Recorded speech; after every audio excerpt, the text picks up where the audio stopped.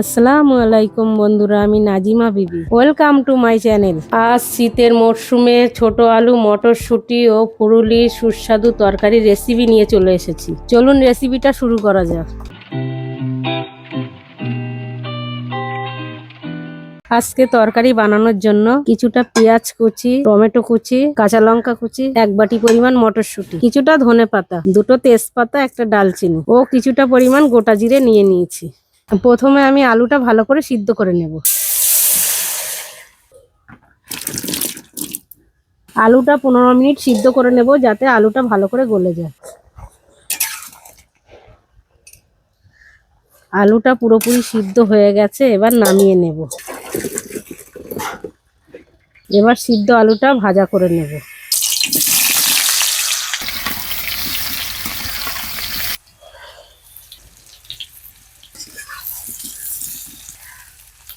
আলুটাকে এইভাবে লাল করে ভাজা করে নেব। আলুটা ভাজা হয়ে গেছে, এবার একটা পাত্রে নামিয়ে নেব।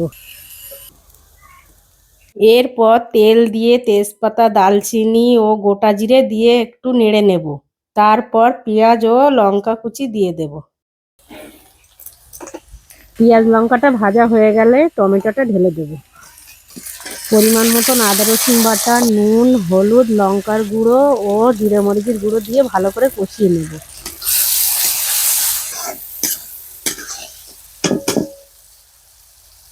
মশলাটা খুব সেন্ট বার হচ্ছে। বেশিরভাগ মটরশুঁটি মশলার মধ্যে দিয়ে অল্প কিছু মটরশুঁটি রেখে দেব। পরিমাণ মতো পানি দিয়ে মশলাটা কষিয়ে নেব।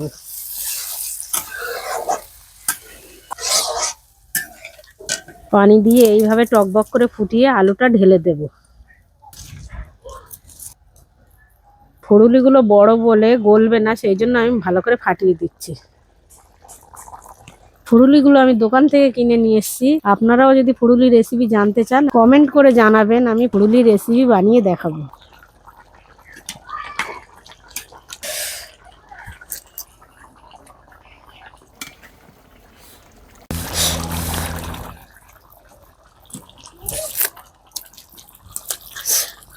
নুন, ঝাল, মশলা সব ঠিক আছে। এখন ধনেপাতাটা কুচিয়ে উপর দিয়ে ছড়িয়ে দেব। নামানোর সময় আমার স্পেশাল মশলাটা দিয়ে দেব।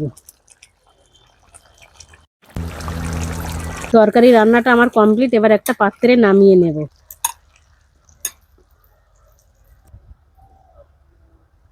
তরকারিটা আমার পুরোপুরি রেডি। এখন উপর দিয়ে একটু সামান্য ধনেপাতা কুচি ছড়িয়ে দেব।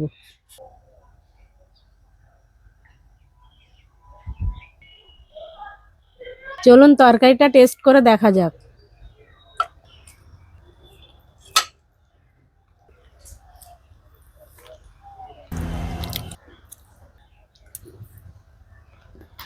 তরকারিটা নুন ঝাল সবই ঠিকঠাক হয়েছে, ফুরুলিটাও ভালো গলে গেছে। আপনারাও এইভাবে বাড়িতে বানিয়ে খেয়ে দেখবেন। ভিডিওটা ভালো লাগলে লাইক, শেয়ার ও সাবস্ক্রাইব করবেন। আপনারা কোনো রেসিপি জানতে চাইলে কমেন্ট করে জানাবেন, আমি তার উপরে ভিডিও বানাবো।